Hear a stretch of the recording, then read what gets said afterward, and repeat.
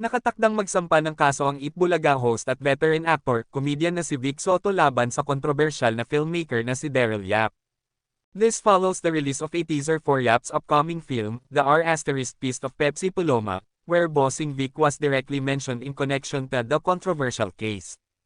Ayon sa ulat ng TV5, na kasalukuyang nagpapalabas ng Itbulaga, Vic and his legal counsel are set to file the complaint today at the Muntinlupa City Regional Trial Court. The teaser has gone viral, sparking heated discussions on social media. It implicates Vic and the TVJ trio in the controversy surrounding the late sexy star Pepsi Paloma, a case that has been repeatedly proven to be untrue. This comes at a time when Vic is also starring in the MMFF movie The Kingdom, further drawing attention to the situation. Maraming netizens ang nagpahayag ng suporta kay Vic, habang ang iba naman ay nananatiling kritikal sa direktor. Nakatakdang magsampa ng kaso ang Itbulaga host at veteran actor, comedian na si Vic Soto laban sa kontrobersyal na filmmaker na si Daryl Yap.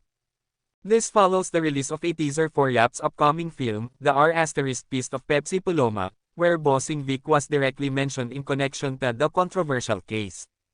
Ayon sa ulat ng TV5, na kasalukuyang nagpapalabas ng Itbulaga, Vic and his legal counsel are set to file the complaint today at the Muntinlupa City Regional Trial Court.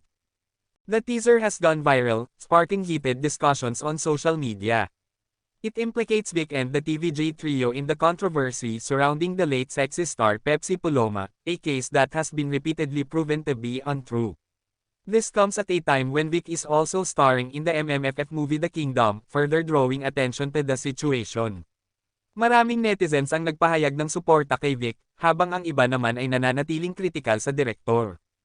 Nakatakdang magsampa ng kaso ang Itbulaga host at veteran actor, comedian na si Vic Soto laban sa kontrobersyal na filmmaker na si Daryl Yap. This follows the release of a teaser for Yap's upcoming film, The R** Feast of Pepsi Paloma, where Bossing Vic was directly mentioned in connection to the controversial case. Ayon sa ulat ng TV5, na kasalukuyang nagpapalabas ng Itbulaga, Vic and his legal counsel are set to file the complaint today at the Muntinlupa City Regional Trial Court.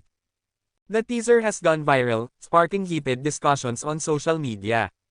It implicates Vic and the TVJ trio in the controversy surrounding the late sexy star Pepsi Paloma, a case that has been repeatedly proven to be untrue. This comes at a time when Vic is also starring in the MMFF movie The Kingdom, further drawing attention to the situation.